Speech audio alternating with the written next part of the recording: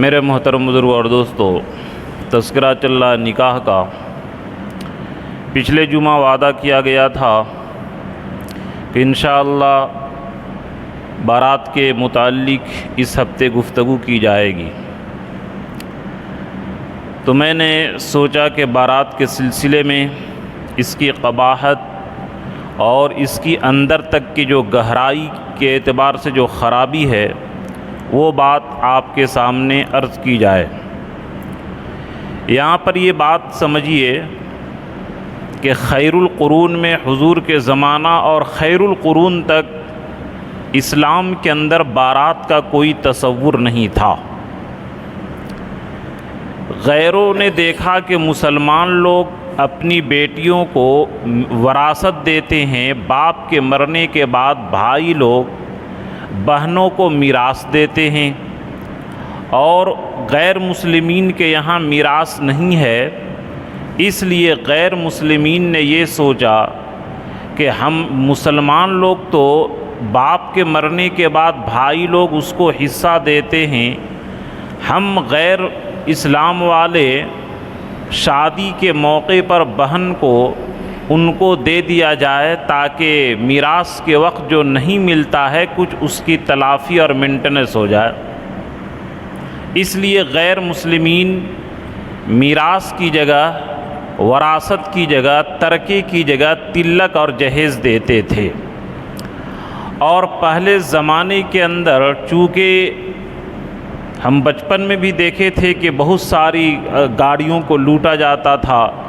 اور لوٹ مار چوری ڈکیتی پہلے زمانے کے اندر بہت زیادہ تھی، تو چونکہ عام طور پر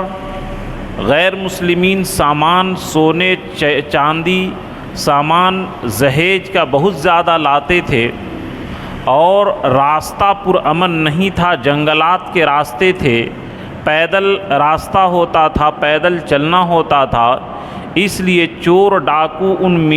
یہ جہیز کو اور بارات کو لوٹ لیا کرتے تھے۔ تو ان لوگوں نے ایک رواج بنایا کہ جب بارات جائے گی تو ہر گھر سے ایک ایک جوان مرد کو جانا پڑے گا، کیونکہ ایک ہی آدمی جائے گا، کیونکہ نعوذ باللہ اگر وہ شہید بھی ہو جائے، قتل ہو جائے، تو گھر میں ایک ہی عورت بیوہ ہوگی۔ اس لیے ہر گھر سے جوان طاقتور جو لاٹھی چلانے والے ہو، ایسی لوگوں کی جماعت 100 200 300 لوگ لے کر کے لوگ جاتے تھے، تاکہ لڑکی کو جو جہیز میں سامان ملتا ہے اس کی حفاظت کی جا سکے اور ڈاکوؤں سے مقابلہ کیا جا سکے۔ اس مقصد کے لیے لوگوں نے بارات کو ایجاد کیا تھا۔ اب جب یہ غیر مسلمین ایجاد کیے بارات کو، تو نعوذ باللہ مسلمان لوگ بھی ان کا دیکھا دیکھی بارات کو یہ لوگ شروع کر دیے۔ تو اب میں آج آپ کے سامنے جو بات کروں گا، غور سے سمجھیے گا، اصول اور رول اور قاعدے کی بات کروں گا، اور اسی اصول اور رول کو آپ لوگوں کو بھی یاد رکھنا ہے تاکہ نتیجہ نکالنے کے اندر آپ کو آسانی ہو۔ تو بہرحال یہ غیر اسلام کے اندر تو جہیز نہیں ہے، بلکہ وہاں پر میراث دینا ہے۔ ہاں، ایک مسئلہ یہ بھی سن لیجئے، شاید بعد میں بھول جاؤں۔ بہت سارے لوگ یہ کہتے ہیں کہ مفتی صاحب ہم نے بہن کی شادی میں 5 لاکھ 10 لاکھ خرچ کیا، اب میرے والد کا انتقال ہو گیا، تو ہم جو بہن کی شادی میں یا بیٹی کی شادی میں جو خرچ کیے ہیں، کیا وہ خرچ کرنے کی وجہ سے ان کا ترکے کا حصہ اور میراث کا حصہ ختم ہو جائے گا؟ میں نے کہا نہیں، وہ ختم نہیں ہوگا۔ بولا کیوں؟ میں نے کہا اس لیے کہ وہ شریعت کا حکم نہیں ہے۔ آپ جو جہیز دے رہے ہیں تاکہ لوگوں میں آپ کا نام ہو، لوگوں میں عزت بڑھے، آپ شریعت کی وجہ سے جہیز ان کو نہیں دیے ہیں، بلکہ خواہش نفس کی وجہ سے دیے ہیں اور اپنی پوزیشن کو بڑھانے کے لیے دیے ہیں۔ میں نے اس کو مثال سے سمجھایا، جیسے آپ کے سامنے، آپ کے پاس کسی کا 1 لاکھ روپیہ قرضہ ہے، اور آپ 1 لاکھ روپیہ قرضہ ادا نہ کیجئے، اور جب بھی آئے آپ کے گھر پیسہ مانگنے تو 5,000 کا مٹن بریانی اور یہ اور وہ سب کھلائیے، تو 10 بار آپ کھلائیے اور 50,000 کا کھانا آپ کھلا دیجئے، تو کیا آپ کا قرضہ اس میں مائنس ہوگا؟ اس نے کہا نہیں۔ تو وہی میں نے سمجھایا کہ شریعت نے جو لاگو کیا ہے وَلِلذَّكَرِ مِثْلُ حَظِّ الْأُنثَيَيْنِ، کہ جس طرح باپ کے ترکہ میں مرد کا حصہ ہے اسی طرح بیٹیوں کا بھی حصہ ہے۔ یہ قرآن کا فرمان ہے، اور قرآن کا فرمان قیامت تک نہیں بدلا جائے گا۔ اور قرآن کا فرمان ہماری بدمعاشی کی وجہ سے، ہم لوگوں کی عیاشی کی وجہ سے،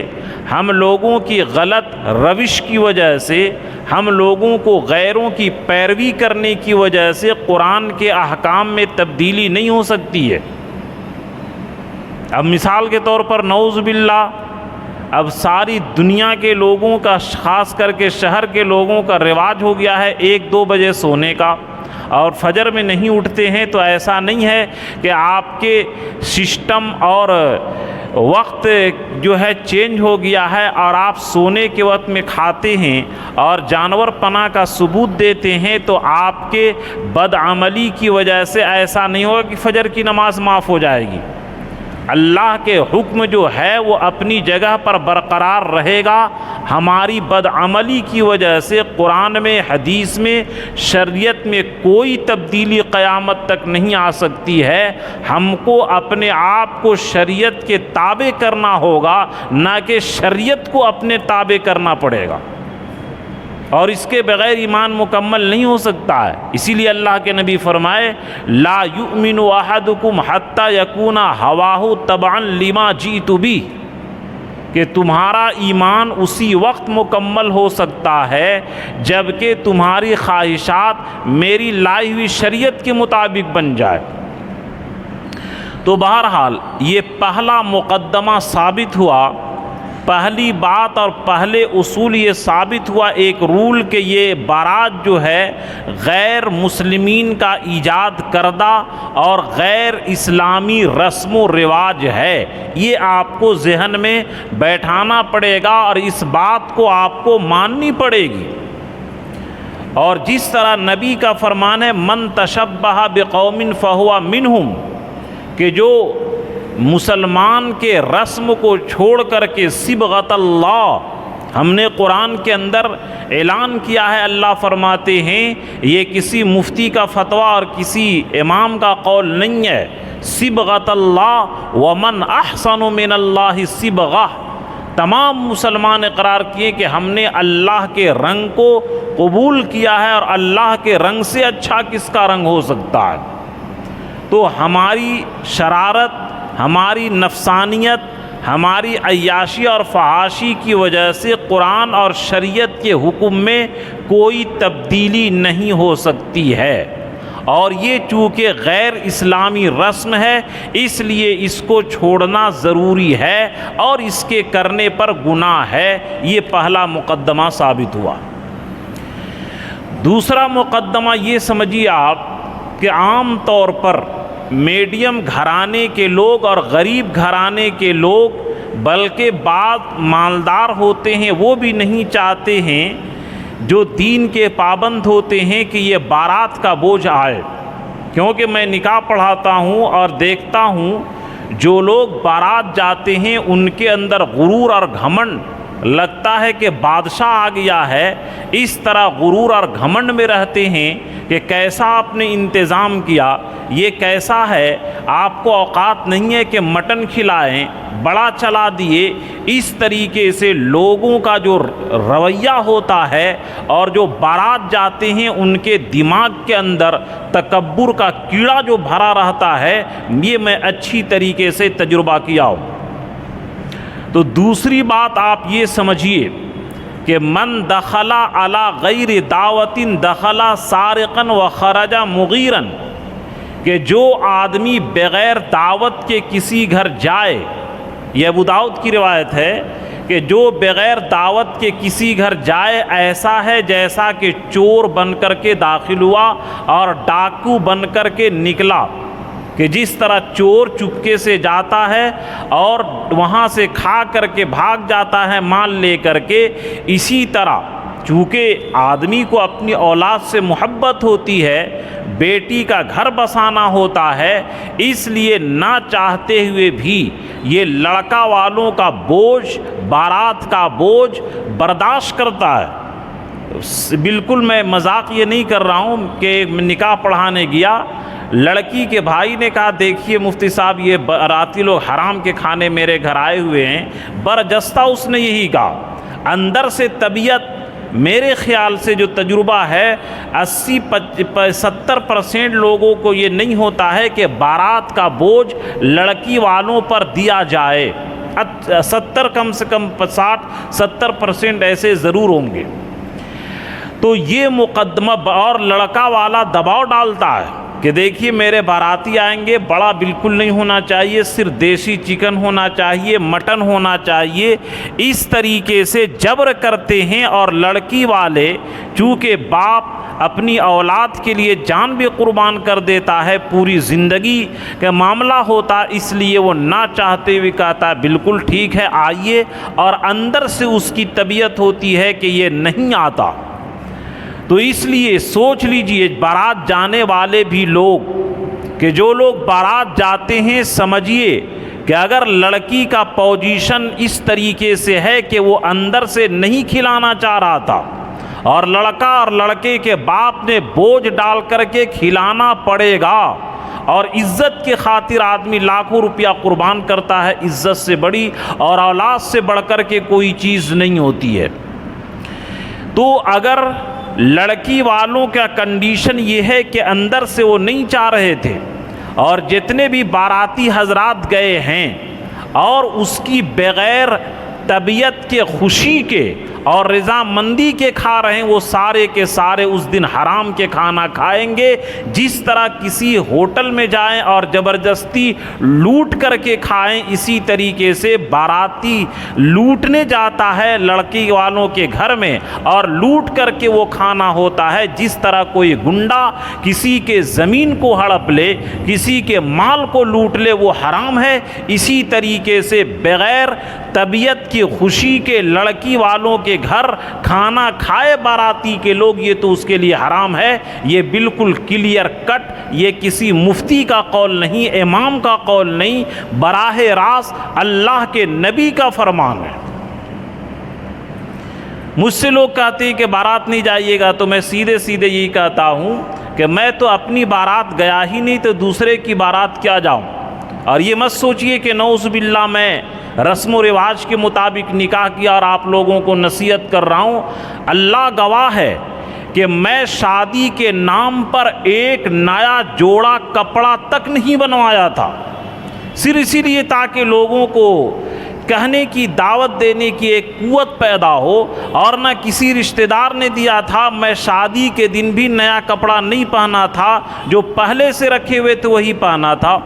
اور رخصت کرانے کے لیے 5 آدمی گئے تھے۔ بس اس طریقے سے اگر نکاح کو آسان کیا جائے، بارات کا رسم یہ مالی تباہی تو ہے ہی ہے۔ لڑکی والے کے جو بارات جاتے ہیں، لڑکی کے گھر والے، جب تک کہ لڑکی رخصت نہ ہو جائے، ان کے دل میں ایک حدث اور ایک دہشت، ایک خوف طاری ہوتی ہے کہ کوئی بارات والا کہیں کوئی ہنگامہ نہ کر دے، اور اکثر بارات والے جو ہنگامہ کرتے ہیں، لڑکی والوں کی عزت خراب ہوتی ہے، یا اور کسی مسلم کے گھر جا کر کے اس کے عزت پر حملہ کرنا یہ ناجائز ہے۔ یہ آپ لوگ بھی جانتے ہیں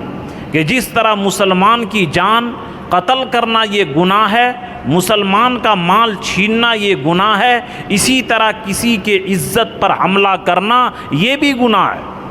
تو یہ دوسرا مقدمہ آپ سمجھیے۔ تیسرا مقدمہ آپ یہ سمجھیے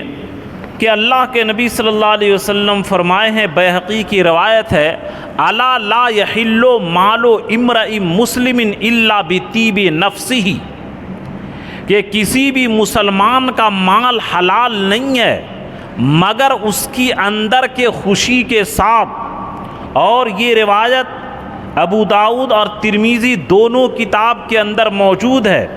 لا یاخذ احدکم عصا اخیہ لائبا جادا، کہ کوئی تم میں سے کسی اپنے بھائی کے لاٹھی کو نہ لے مذاق کے اندر اور ہنسی کے طور پر، فمن اخذ عصا اخیہ فلیردھا الیہ، اگر کوئی آدمی اپنے بھائی کی لاٹھی لے لے مذاق میں تو اس کو واپس کرنا ضروری ہے۔ اس حدیث کے اندر کیا پیغام ہے؟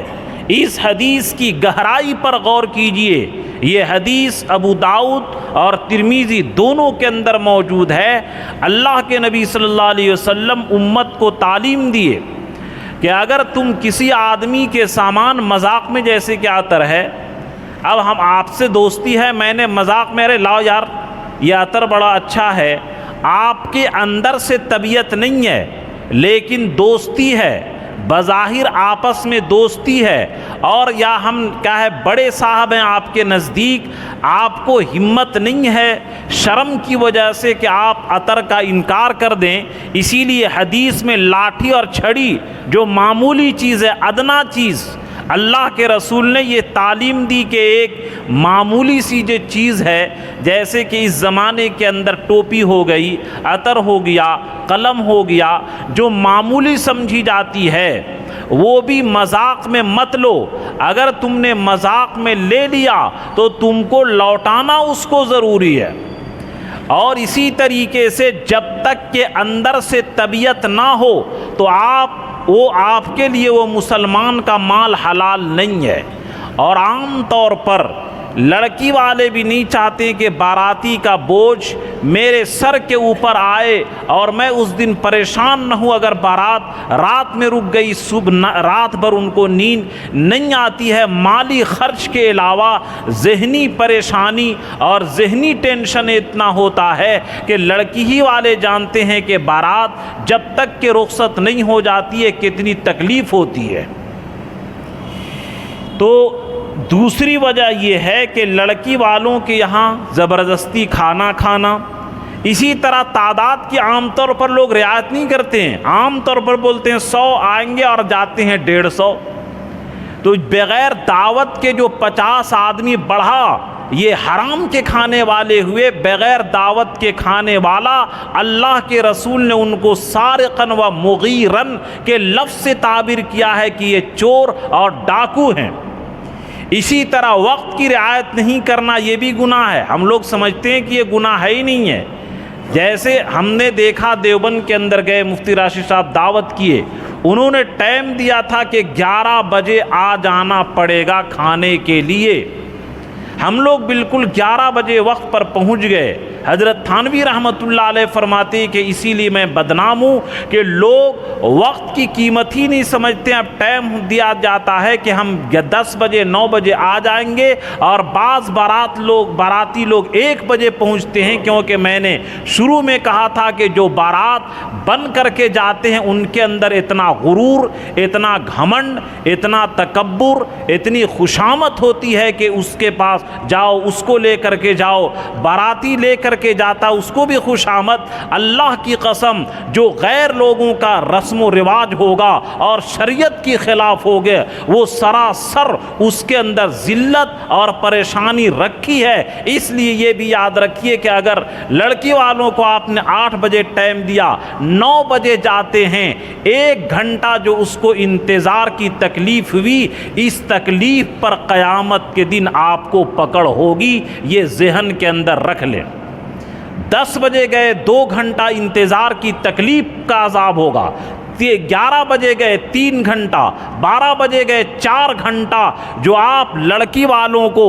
بغیر چھری کے ذبح کر رہے ہیں 4 گھنٹہ سے، یہ اس کی تکلیف الگ ہے۔ بارات اسی لیے تھانوی رحمۃ اللہ علیہ اصلاح الرسوم ایک کتاب لکھی ہیں۔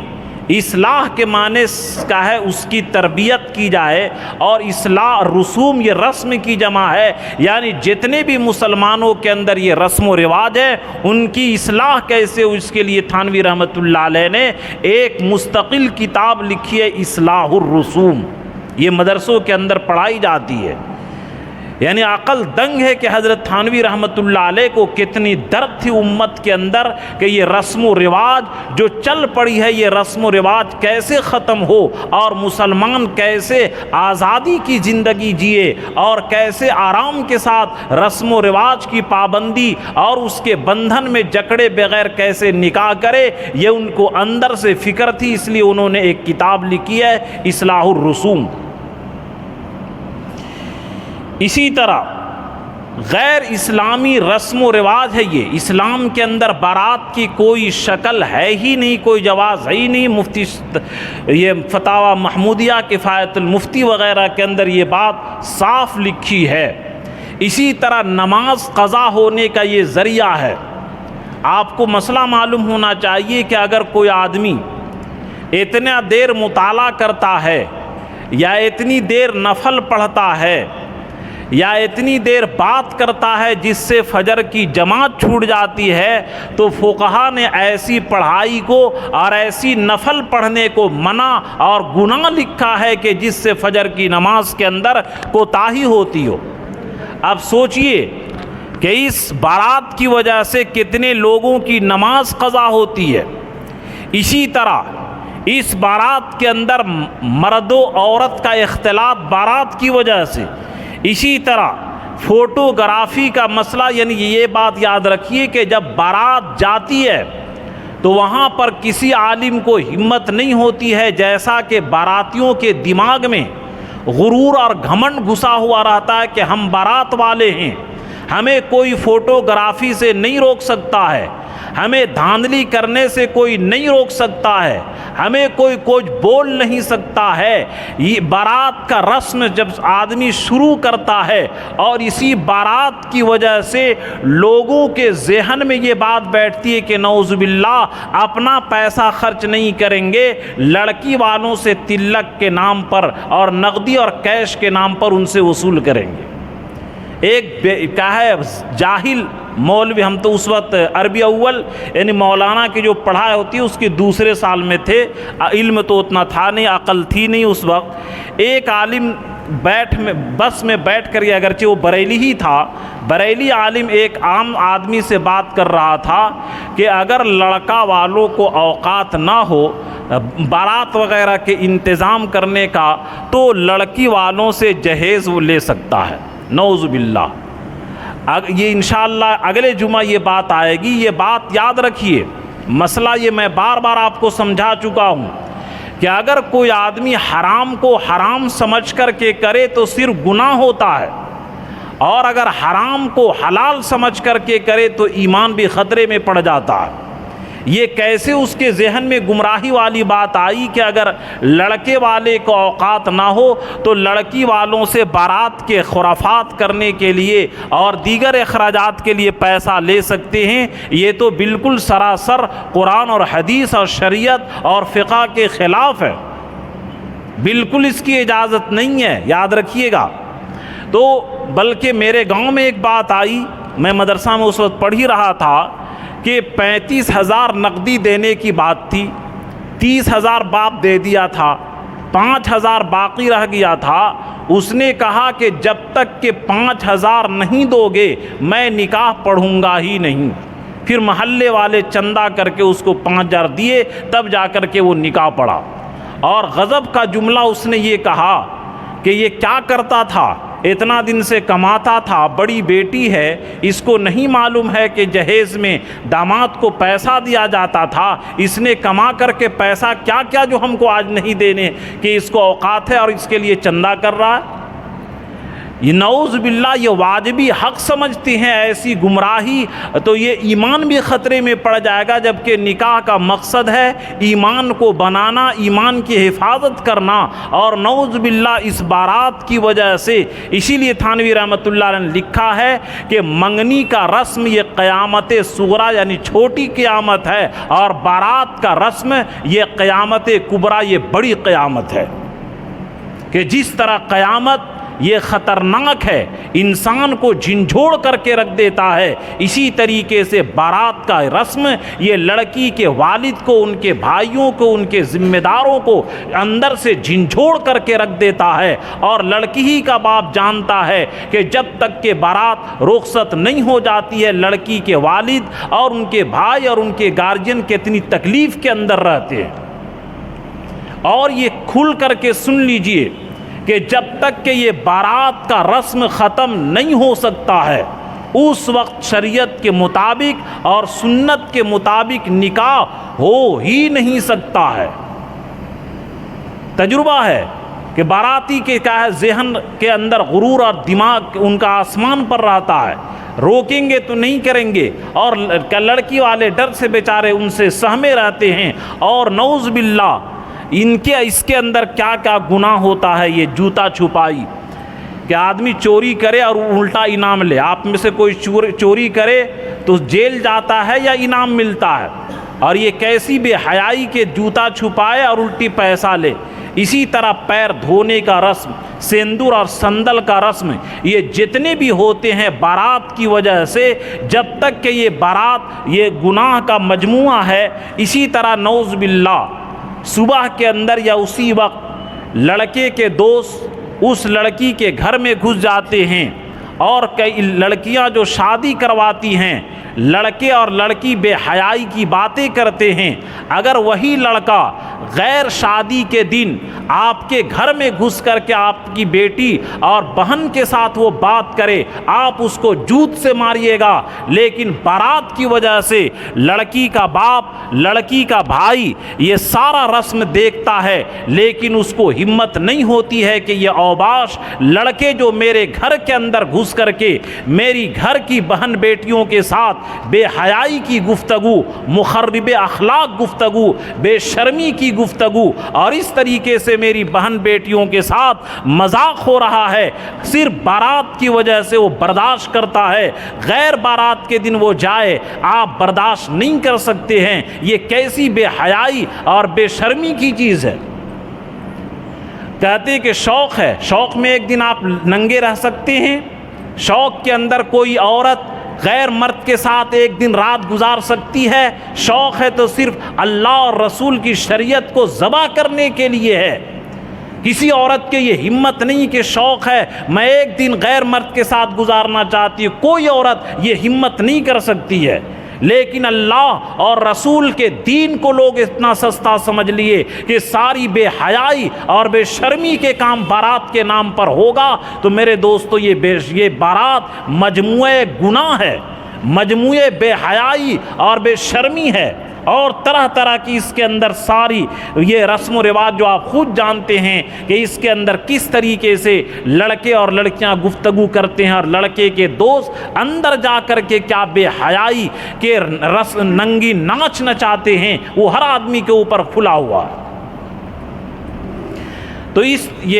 تو یہ بات کہ یہ بارات کی وجہ سے اتنی بے شرمی، بے حیائی، اور اسی طریقے سے اللہ کے رسول تو یہ بھی ایک حدیث میں فرمائے، ترمذی کی روایت ہے، من انتہب نہبۃ فلیس منا، کہ جو آدمی ڈاکہ زنی کرے،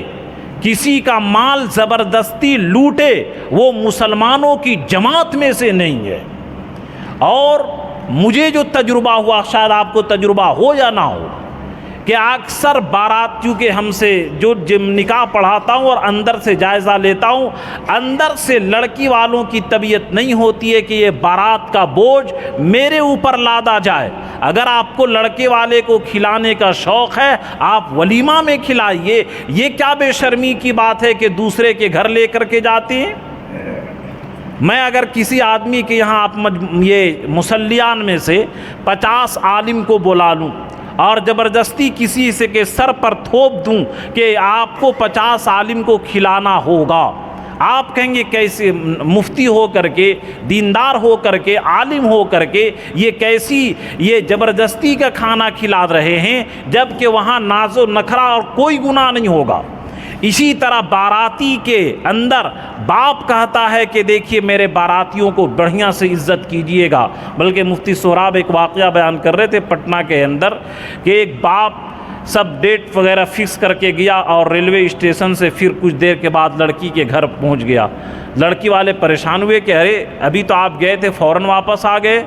تو لڑکی کا باپ، اس زمانے میں فون کا یہ رواج نہیں تھا، فون نہیں تھا، اس نے کہا کہ کھانے کے مینو میں آئس کریم چھوٹ گیا ہے، اس کو لکھوانے کے لیے دوبارہ اسٹیشن سے آیا ہوں۔ ایسی بے حیائی، بے شرمی کہ دوسرے کے گھر میں یا اپنی عزت بنانے جا رہے ہیں کہ دوسرے کے کھانے پر، دوسرے کے دسترخوان پر اس طریقے سے بے حیائی کے کام کر رہے ہیں۔ تو جو آدمی ڈاکہ زنی کرے کہ جس طرح آپ ایک گنڈے کو جو دوسرے کے مال لوٹتا آپ اس کو غلط نگاہ سے دیکھتے ہیں، دیندار ہو کر کے آپ بوجھ، باراتی کا بوجھ لڑکی والے کے سر کے اوپر ڈالیں تو یہ آپ دینداری کے خلاف اس کو کیوں نہیں سمجھتے ہیں؟ تو بہرحال اس کے اندر یعنی اگر لڑکی والا نہ چاہتا ہو اندر سے، اور یہ اللہ کے رسول کا صاف فرمان ہے، الا لا یحل مال امرئ مسلم الا بطیب نفسہ، کہ کسی مسلمان کا مال حلال نہیں ہے مگر اس کی خوش دلی کے ساتھ۔ اسی لیے تھانوی رحمۃ اللہ علیہ منع کیے کہ کسی آدمی کو بوجھ دے کر کے چندہ بھی مت لو، کہ وہ آپ کو دینا چاہ رہا تھا 10,000، آپ نے زبردستی 20,000 لے لیا، تو 10,000 جو جبر کر کے لیا ہے یہ صحیح نہیں ہوگا، خوش دلی کے ساتھ لیجئے۔ یہ اصول اللہ کے رسول نے ایسا بیان کیا کہ نہ کسی مسلمان میں دشمنی ہوگی، نہ کسی مسلمان کا دل ٹوٹے گا، نہ کوئی مسلمان کبھی مظلوم بنے گا۔ اللہ کے رسول نے ایسا دستور، ایسا اصول، ایسا رول، ایسی حکمت کی بات بتائی، لا یحل مال امرئ مسلم الا بطیب نفسہ، کہ اندر سے خوشی ہونی چاہیے، اوپر سے شرما حضوری میں کہہ دیا تو وہ صحیح نہیں ہوتا ہے۔ اندر کے خوشی کے بغیر مسلمان کا مال حلال نہیں ہوتا ہے۔ اب یہاں پر ایک دوسری بات کہ لڑکی والا ارب پتی ہے، کروڑ پتی ہے، بالکل خوش دلی سے کھلانا چاہتا ہے، وہ بارات زبردستی، لڑکی والے بھی بات بدماش ہے۔ اچھا، یہ اس کے اندر یہ دھوکہ کہ لوگ مسجد میں نکاح کرتے ہیں، سنت کا بورڈ لگاتے ہیں کہ مسجد میں نکاح ہوتا ہے، اور بعد میں نعوذ باللہ لڑکا کو بلا کر کے وہی سونا کی انگوٹھی جو حرام ہے، انشاءاللہ بقیہ ابھی اس ہفتہ یہ پورا نہیں ہوگا، یہ لڑکے بے شرم ہیں کہ لڑکے شادی میں مہندی لگواتے ہیں، سونا کی انگوٹھی پہنتے ہیں، کہ جو آدمی ایک سیکنڈ بھی لڑکے کے لیے انگوٹھی سونے کا پہننا یہ حرام ہے۔ ساس اپنے ہاتھوں سے آ کر کے اس کو پہناتی ہے داماد کو، اپنے ساس جو ہے داماد کو انگوٹھی نہیں بلکہ جہنم کا انگارہ اور آگ پہنا رہی ہے۔ یہ سب کا سب رسم و رواج باراتی کی وجہ سے یہ سب ہوتا ہے کہ جب بارات کے سسٹم شروع ہوگا تو یہ ان کنٹرول ہو جائے گا، اور سنت کے دائرے کے اندر کنٹرول کرنا کسی کے طاقت کی بس کی بات ہے ہی نہیں ہے۔ جب تک کہ بارات کا رسم ختم نہیں ہوگا سنت کے مطابق شادی ہو ہی نہیں سکتی ہے۔ اس بات کو ذہن میں رکھیں، ان کنٹرول ہو جاتے ہیں بارات کے نام پر، اور بارات کی وجہ سے سارے لوگوں کا دماغ آسمان کے اندر چڑھ جاتا ہے۔ اور اگر لڑکی والا کروڑ پتی ہے، وہ چاہتا ہے کہ آویں، تو یہ میں کہہ رہا تھا کہ یہ اس میں اندر جب یہی کرنا ہے نعوذ باللہ، تو پھر مسجد میں نکاح کیوں کرتے ہیں؟ ہال کے اندر کیجئے، تو نعوذ باللہ سنت کی ایک توہین ہو گئی کہ لوگ اجتماع کے اندر نکاح کر لیا اور بعد میں وہی خرافات۔ جب خرافات ہی کرنا ہے تو یہ سب کیا ضرورت ہے نعوذ باللہ امت کو دھوکہ دینے کی کہ دیکھیے نکاح ہم سنت کے مطابق کر رہے ہیں؟ اس کے اندر ڈبل گناہ ہے، وہ تو ہے ہی ہے، لیکن دھوکہ دہی کی بھی گناہ اس کے اندر شامل ہوگا۔ تو بہرحال اگر لڑکی والا مالدار ہے اور وہ کھلانا چاہتا ہے، اور بعد لڑکی والے جبر کرتے کہ نہیں بارات لے کر کے آنا ہی ہوگا، تو اس وقت کھانا وہ تو حرام نہیں ہوگا، کھانا حلال ہوگا کیونکہ اس نے اپنے مرضی سے کھلایا ہے، لیکن بارات جانے کا گناہ یہ الگ ہوگا۔